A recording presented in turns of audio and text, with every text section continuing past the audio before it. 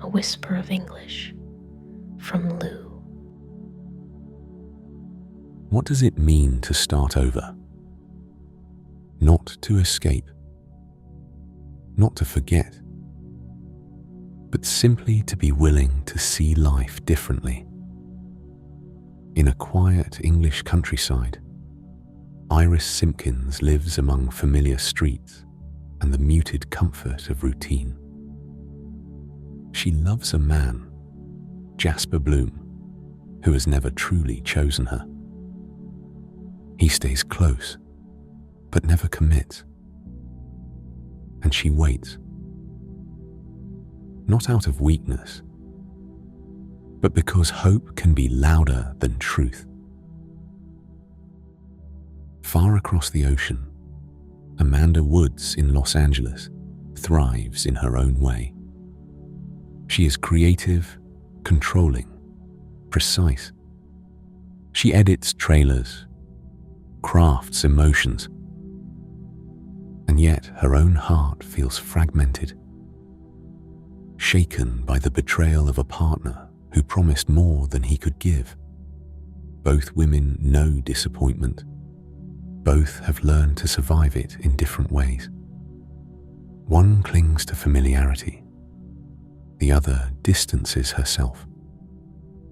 Both are tired. Winter blankets the English landscape. Bare trees, pale skies, the kind of silence that makes one hear oneself. And Iris begins to notice the hollow in her life. Loving someone who never chooses you slowly erases your own reflection.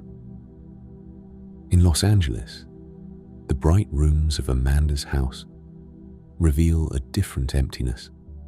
Luxury and order cannot fill the quiet longing of her soul. Success is not love. Control is not connection. She realizes something important. Life, no matter how perfect it looks, can feel unshared. It is in this state both women make a decision, a small act of courage, a choice to leave, not to flee, to step into an unknown space, even if only for 2 weeks. They exchange homes. Iris will live in a sunlit Californian house. Amanda will retreat to a secluded cottage in the English countryside. Small gestures, small changes, and yet the weight of what they carry begins to shift. The unknown is frightening, but also freeing. For the first time in a long while, each can confront herself. Without expectation, without judgment. In borrowed spaces, life begins to reveal its subtle truths. Time slows. Thoughts emerge. The question arises: who are we when no one is watching? Who are we when we are no longer trying to earn love? Amanda walks through the quiet English rooms.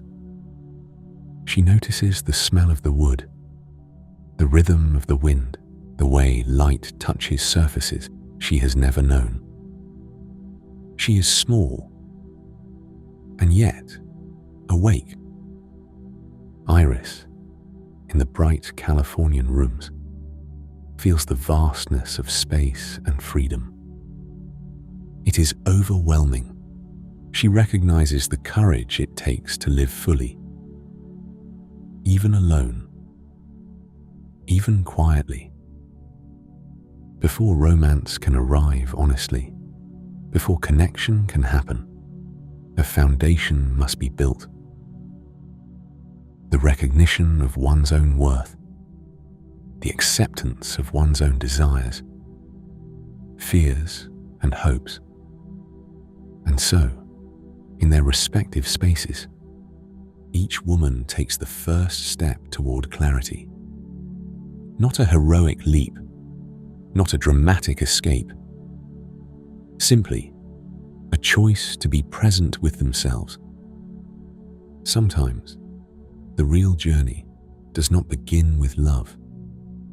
It begins with courage and a question. The days stretch differently when you are far from home. Spaces feel larger, quieter, and more revealing than you expect. Amanda arrives in the English countryside with a mind full of routines, schedules, and control.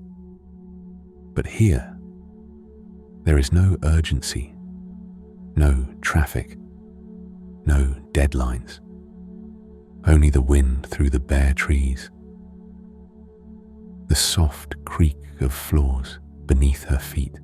The stillness is almost painful, and yet it invites reflection. She meets Graham, a widower with 2 young daughters, Sophie and Olivia. He is careful, measured, protective. His life is complicated, full of responsibilities.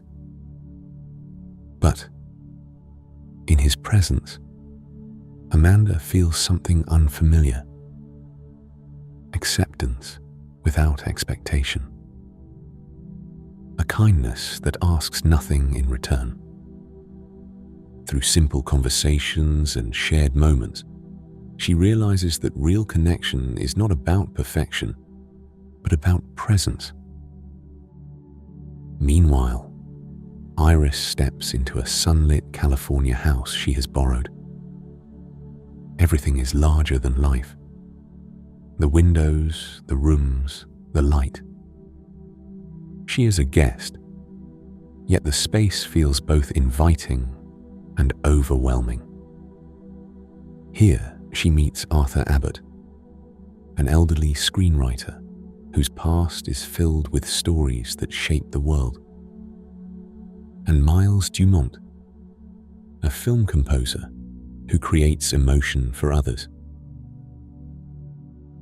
Arthur sees her not as a visitor, but as someone with her own story to honor.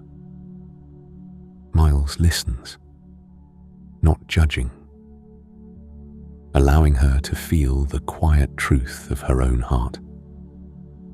In these new spaces, both women begin to notice themselves again. Amanda feels the soft pulse of life that is not hers to control.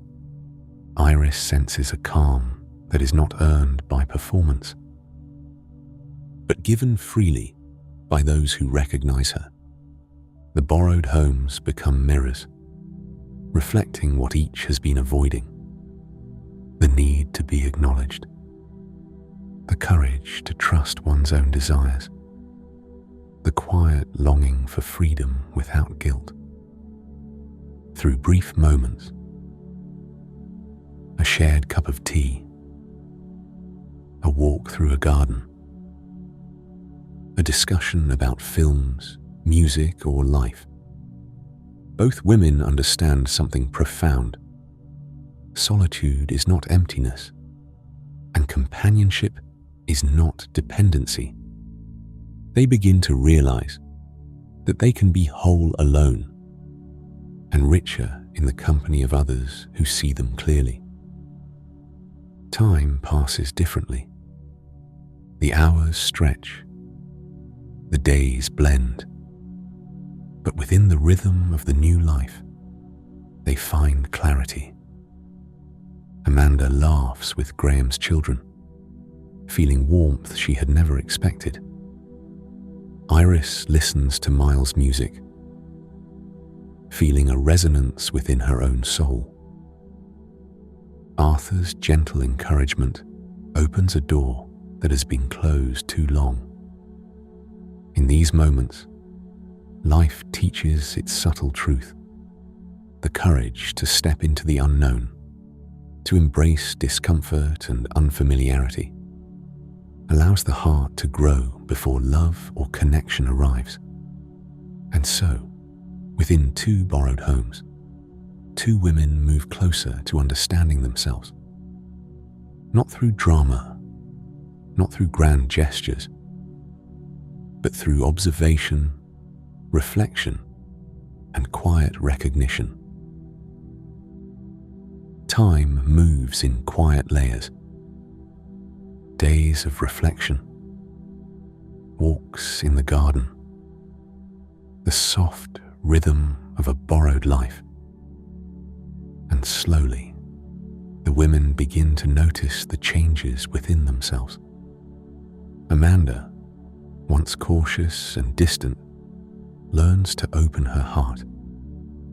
With Graham, she experiences care without performance, love without pretense. She laughs with Sophie and Olivia, not as a guest, but as someone who is welcomed into the small, tender world of a family.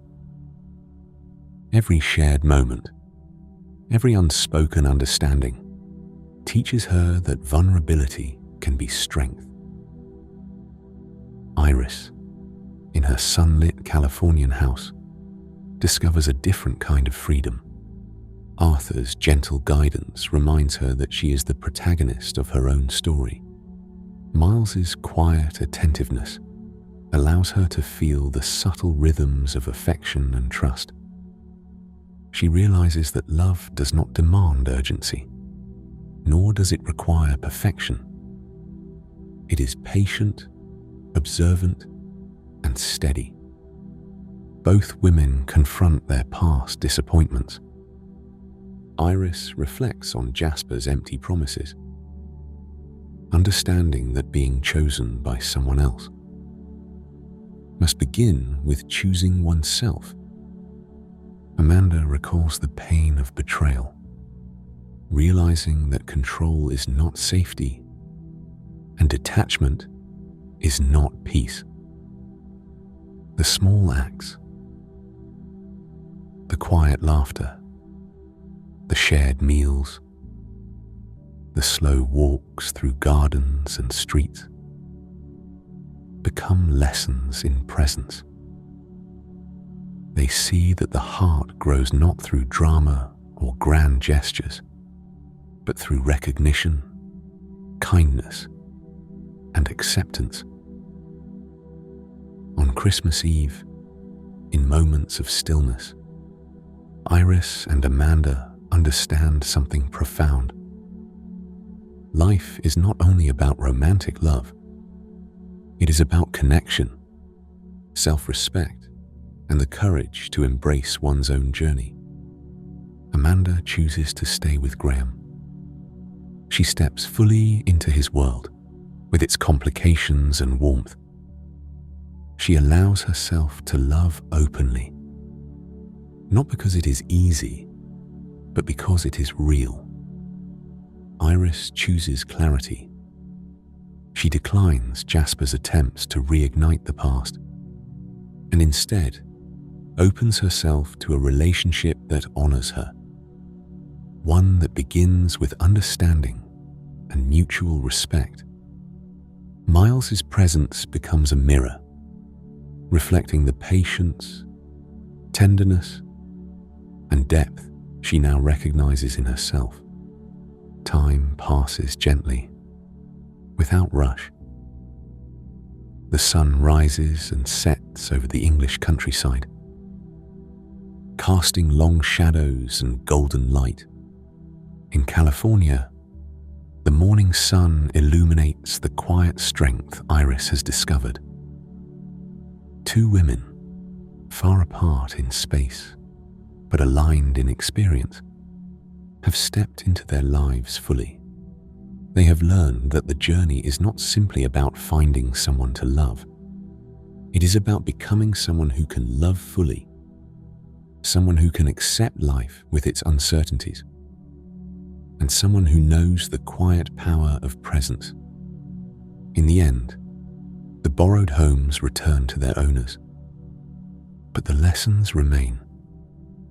Amanda, Iris, and those they meet, Graham, Miles, Arthur, and the children, carry forward the understanding that life, even in its smallest details, is a collection of moments that shape the heart. Sometimes, the greatest journey is not crossing oceans or swapping houses. It is crossing the distance within ourselves and finding love, clarity, and presence waiting there.